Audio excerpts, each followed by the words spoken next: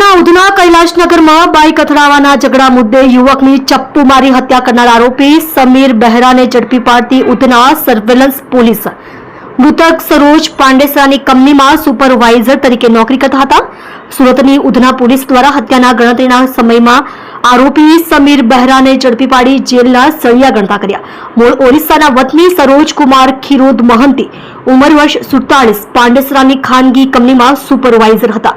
તારીખ 25 એપ્રિલે સરોજ કુમાર નોકરી પરથી છૂટીને બાઇક પર ઘરે જઈ રહ્યા હતા ત્યારે ઉધના કૈલાશનગર શિવ ભીમ ચોક પાસે અચાનક મોપેડ પર આવેલા શખ્સે તેમની બાઇક સાથે અથડાવી હતી, જેથી સરોજે મોપેડ સવારને જોઈને ચલાવવા કહીને ઠપકો આપ્યો હતો, જેથી તેમની વચ્ચે બોલાચાલી થઈ હતી. આ બોલાચાલીમાં ઉશ્કેરાઈ ગયેલા મોપેડ સવારે પોતાની પાસેનું ચપ્પુ કાઢી સરોજ કુમાર ઉપર ઉપરા છાપરી ઘા મારી દીધા હતા. ગંભીર ઇજા પામેલા સરોજ કુમારને સારવાર માટે સુરત નવી સિવિલ હોસ્પિટલમાં દાખલ કરવામાં આવ્યો હતો, જ્યાં ટૂંકી સારવાર દરમિયાન મોત નીપજ્યું હતું. બનાવ અંગે ઉધના પોલીસે હત્યાનો ગુનો નોંધી ગણતરીના કલાકમાં જ હત્યારા સમીર સદ્દામ બહેરા રહે હરિનગર સોસાયટી વિભાગ 3 ઉધના તેને પકડી પાડ્યો છે.